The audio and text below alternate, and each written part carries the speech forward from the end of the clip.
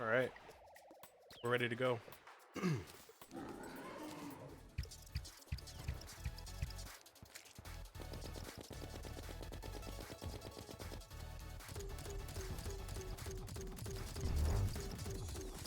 Actually, maybe the slow projectiles aren't the worst thing. We're this close to them anyways.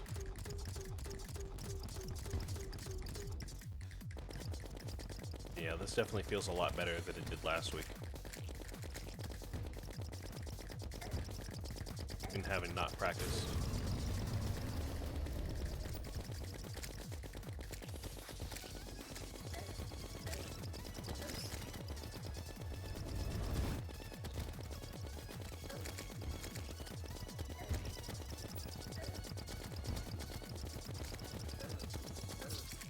Okay. Yeah, I think we're just gonna have to get good at dodging. But otherwise it does feel nicer than it did.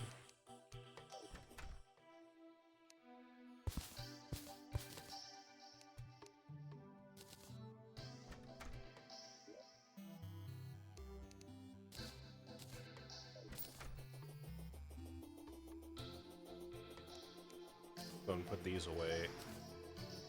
Today we should honestly, regardless if we beat the boss or not, but we should take a look at our storage and start looking at that a bit more, I guess, critically. Sounds dramatic, but we should start improving that a bit. I mean, just looking at it looks pretty ugly. Can, you know,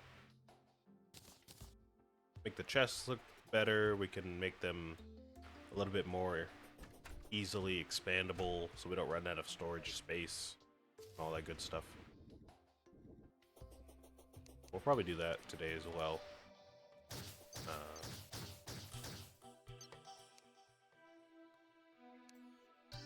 Go and try out this magic build. Probably just use the plasma rod. We can inflict shadow flame. That is if Crab Boy does take damage from shadow flame. Notice some enemies don't take damage from shadow flame, so kind of hoping he's one of them that does.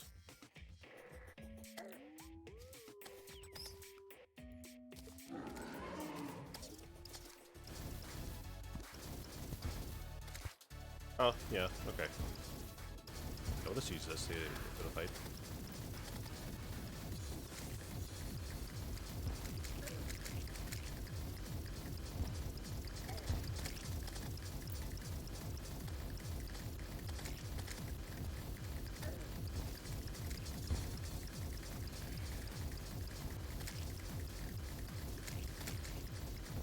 So I think, if I remember correctly, Crabulon does not have like 2 phases that we have to deal with. Ooh, I didn't realize Granite Core would help out with the spores that much. I don't know why that didn't occur to me, but I forgot about it. But yeah, I don't think Crabulon has more than 1 phase, so as long as we just keep dodging well, we should be fine. And, you know, make good heals.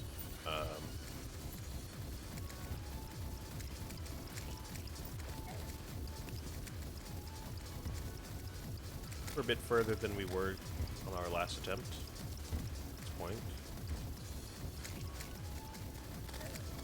Oh! Ooh, that wasn't that great. It still is tough to predict exactly how Crabulon's gonna move. I don't know, there's something about the way he jumps and, like, shoots out the spores that is just awkward to deal with. Especially underground.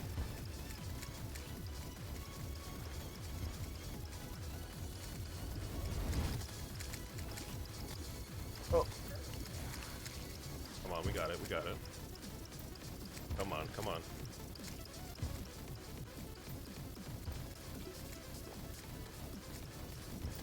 Come on.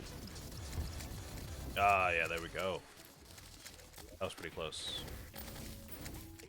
Alright. Another one down, then. Easy work, easy work. Means all those hours paid off well.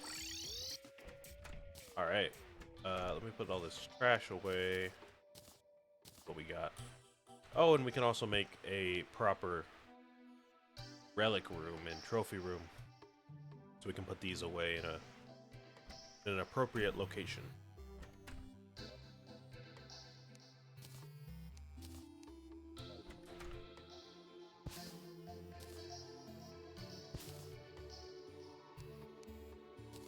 Alright, so what do we have? We have our treasure bag.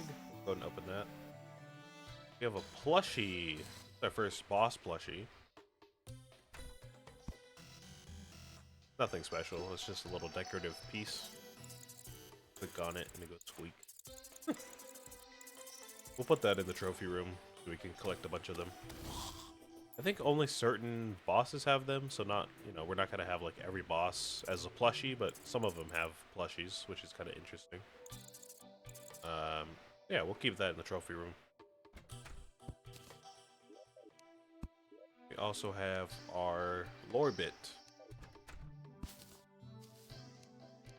Go and read this and drop all these powers off.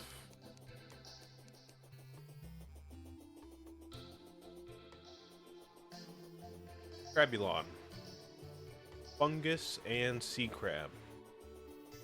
One sought a host, the other a new home. These mushrooms possess a disturbing amount of tenacity. Nothing that lays down to die in their domain is left to rest.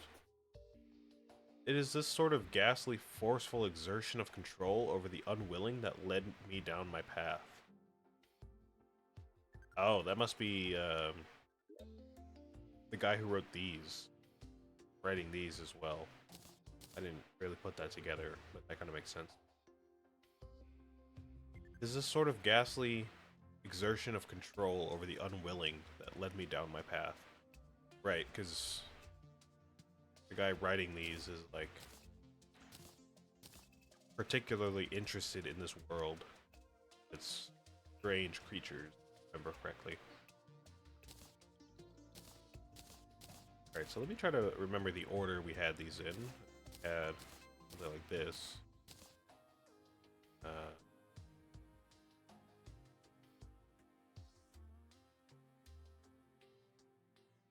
Is that right?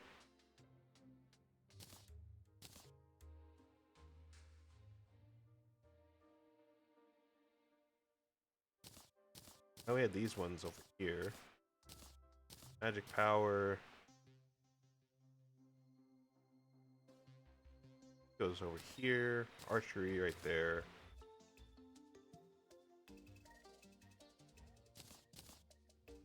Okay, I think that was it.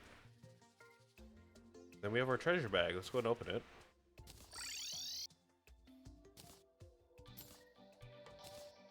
Put my fishing rod away. I don't think we need it right now. Put this sprout away. Now that we don't need that anymore either.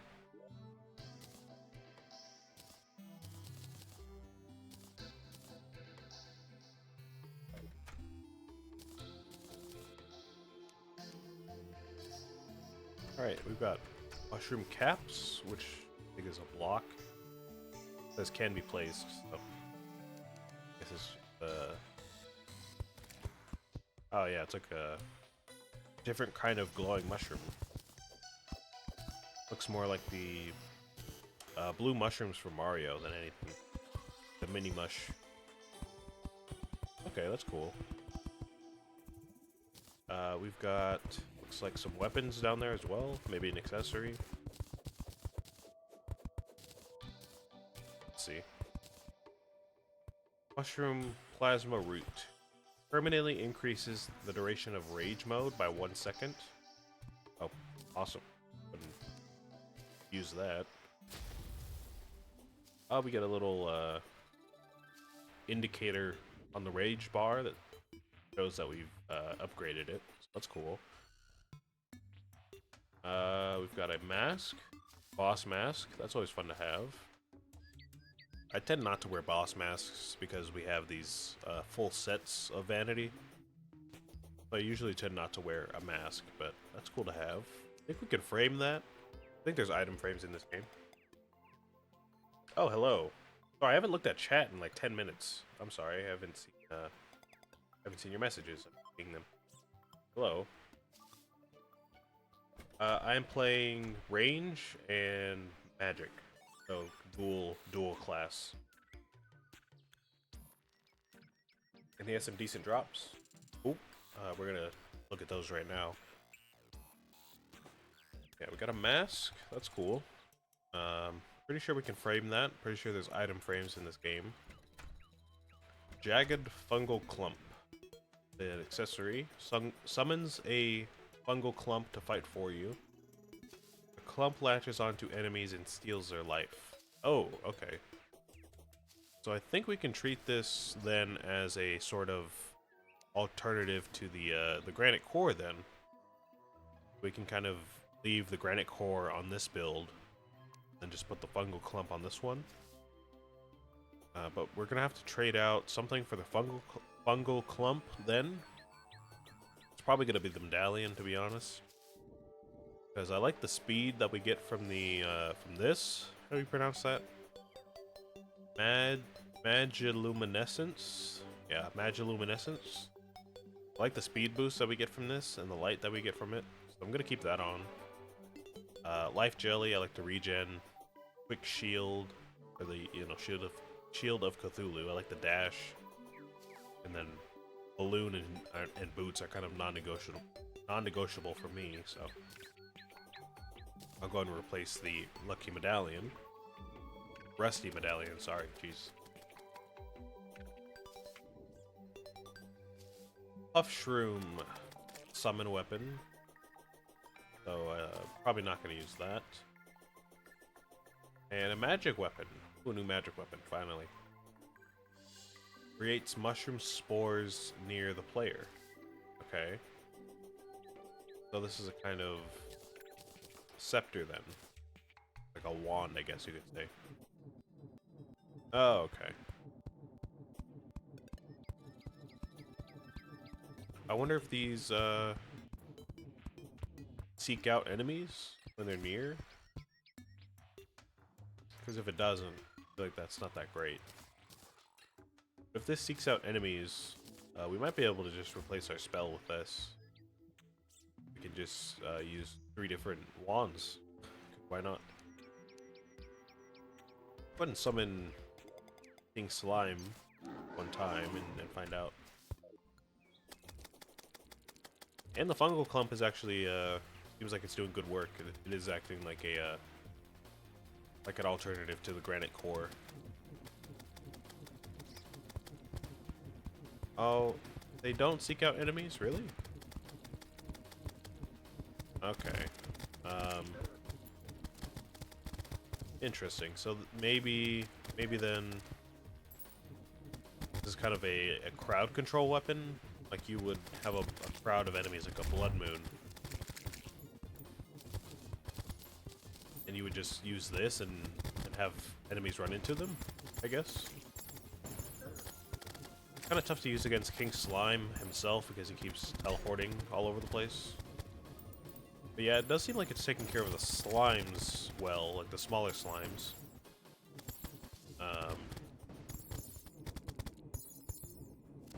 Okay, well, I did say we wouldn't use it if it doesn't seek out enemies, but I mean, I don't know. I feel like there's enough blood moons that we can use this during the blood moon. It would be fine. We never really use that spell, like, ever, so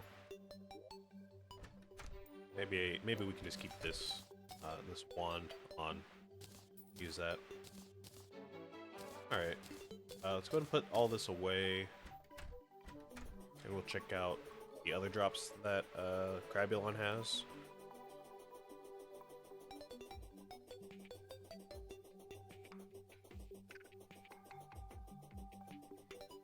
Music box. Got a melee weapon, ranged weapon, converts musket balls into fungal rounds that split. That sounds nice. Maybe we want to farm him to get that. Rogue weapon, more accessories. Okay. So if we farm him again, it would be for the trophy and for this. Which we would probably replace this if we got that. I still like the mini shark. It still does good work for us. So yeah, we'd probably get rid of this. So maybe we should just do that.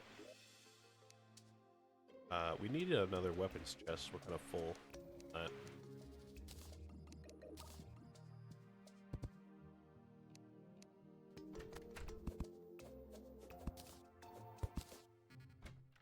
Yeah, I think we can kind of just go ahead and try to kill him again. Do the same thing we just did.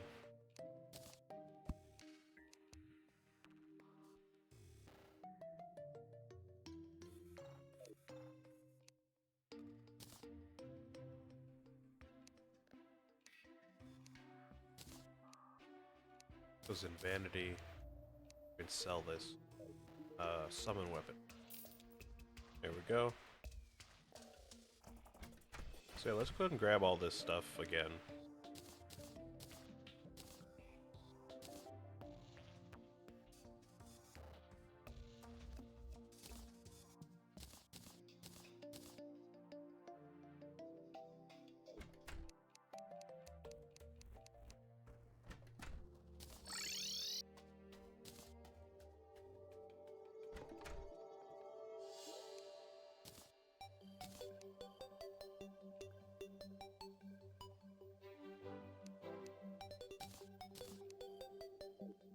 I think that's the right order for the bosses, right? Got Eye of Cthulhu, Blood Moon, Acid Rain, Crabulon, Eye of Cthulhu, Blood Moon, Acid Rain. Right? That's what I said? Eye of Cthulhu, Blood Moon, Acid Rain, Crabulon, before the Goblin Army. The Eater of Worlds I just saw. Maybe right there. Then the Goblin Army. Right?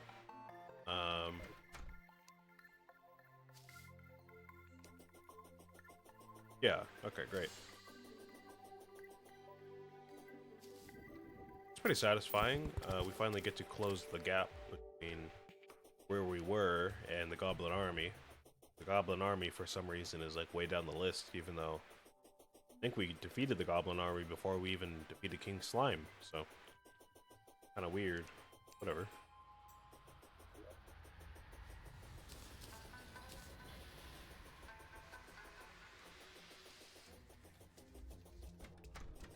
So yeah, I think we can just do the same thing we just did. But now we have the added option of using this, maybe to catch Crabulon as he's chasing us, or to deal with the spores, actually. Maybe this will help out with the spores.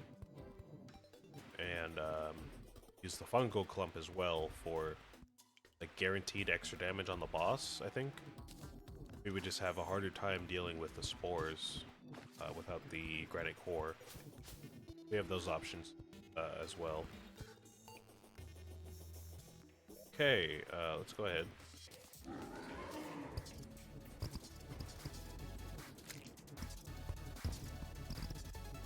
Yeah, okay. We kind of have to fight stuff that will, for sure, follow us. Like I said, like a blood moon. Like, you know, swarms of enemies like that. Or, you know, a boss that follows us a little bit better than this guy. Or King Slime. But it does seem to do good damage, though, so I don't hate it. It's not even mythical, so it does have potential to be even better.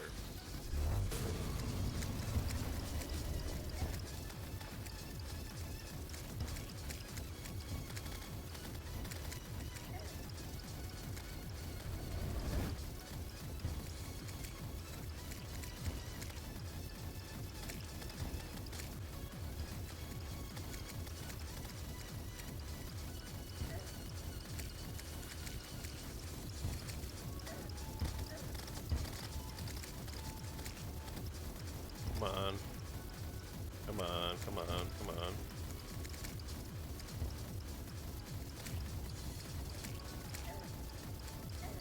Ooh. Oh no, that's not good.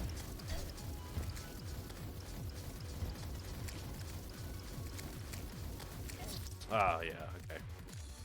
Let's try like 3 more times at most. If we don't get it, we don't get it. Come back later.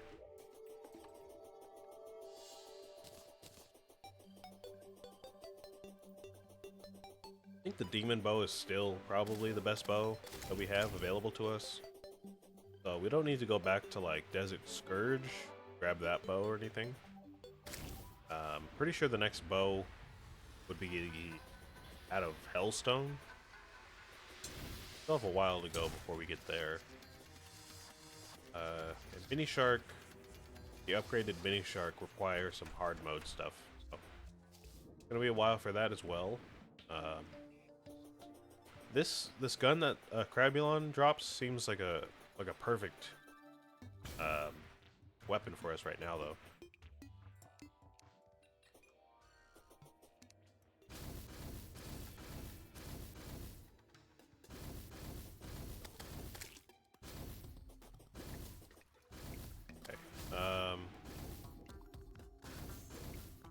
Let me try and use the... What is that? How do you pronounce that? Hi-Fe rod? Yeah, Hi-Fe? I'm gonna say Hi-Fe. I'm gonna use this a bit more. It does seem like it does good damage. I think if we get a good cycle going, we can do some... like a good chunk of his health bar in one go. Oh yeah, look at that. Be a bit careful about our spacing.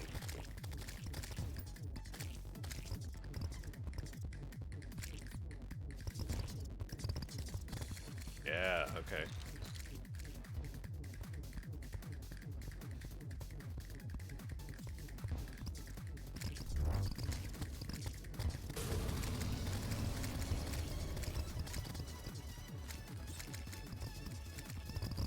Oh, oh, oh. Oh, right on top of them. All those mushrooms. That's pretty great. Okay, yeah, we got it. Adrenaline mode helped out there. New personal best. Wonderful. Alright. We got a harvester part. Oh, we didn't actually get one of those last time. Nice. Another relic. More potions. Oh, we got it. Nice. We got the other weapons as well, looks like. Cool. Go ahead and sell all this other stuff. We'll go ahead and reforge the weapons. And yeah, I think we should take a look at our storage. And then start preparing for the next boss. I believe the Eater of Worlds is a corruption boss. We need to build a new arena for that. But now we have a kind of better idea how to build these and space out the torches now, so that shouldn't really be an issue. If you're curious how I spaced out the torches, I came up with this equation that makes it easy to figure out how to space them evenly, no matter how big the arena is, because each arena that we have is a different size. So each of the spacings is a bit different. Basically, you have to take the total number of platforms, subtract 2 because of the torches on either side. You don't want to count those. You have the total amount minus 2, which is basically your new total, I guess you could say. You're going to want to divide that total. Oh, wait. Oh, wait. Take your new total. Sorry. Take your new total of platforms. Subtract a random number. Say you have like a platform that's like 220 blocks. Minus 2, so you have 218, right? Subtract, say, 10. That subtraction number is the amount of torches that you're going to place. So in this case, it was 1, 2, 3, 4, 5, 6, 7, 8, 9. And then you're going to divide the remainder by the amount of torches that you subtracted in the last step plus 1. That sounds complicated, but it's really not, if you think about it. Because what we're doing, basically, is taking our new total, which is the total amount of platforms, you know, stretching from end to end, which is probably about 200. Subtracting 2 because of the torches on either side, and then basically dividing the rest of the platforms by a certain number. And the way you find that certain number is by looking at this, and you say, okay, I know there's 9 torches, which means there should be a certain amount of spaces in between the torches, which is going to be 1, 2, 3, 4, 5, 6, 7, 8, 9, 10 spaces. And you'll notice the number of spaces is the number of torches plus 1. So if you have an even amount of space between each torch, the equation should come out evenly. It's hard to explain. I'm sorry, I'm not a mathematician, but it works out. It does work. I can't tell you how much is in this one as an example, unfortunately, but you take your new total, subtract the number of torches that are spaced out. In this case, like I said, there's 9. You would take your new total, subtract 9, which would give you the amount of platforms that need to be spaced out, basically, or, you know, measured evenly. And then you divide that number by the amount of torches plus 1, because that's how that works. You have 9 torches, or 9 rows of torches, sorry. If you have like 1 row of torches, rows of torches, 3 rows of torches, it's going to create 10 spaces of non-torches. Again, it's really hard to explain. I think I'm doing a horrible job at it and just confusing you, but it does work. When we build this next arena, I'll show you, and it'll make a bit more sense. Let's go ahead and put all this stuff away again, and we will get started on that after we do some reorganizing. That's always fun.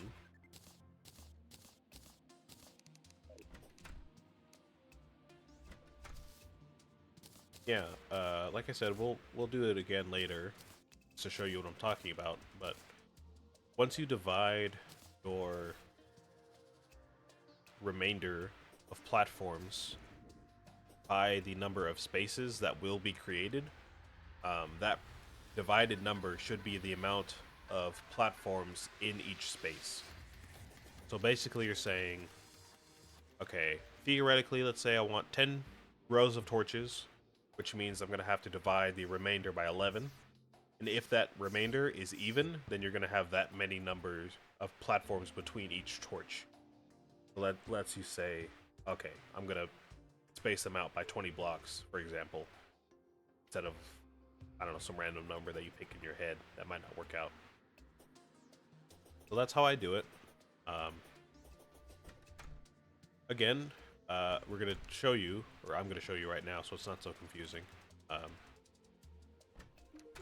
But it does work. Not every number works in the equation, so you're going to have to, you know, work your arenas around that fact, but the equation does work. So, see that. Alright. Let's go ahead and reforge these weapons, and start reorganizing our chests.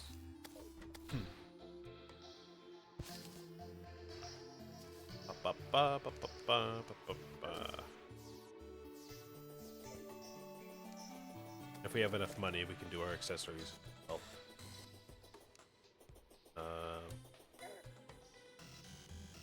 Yeah, okay.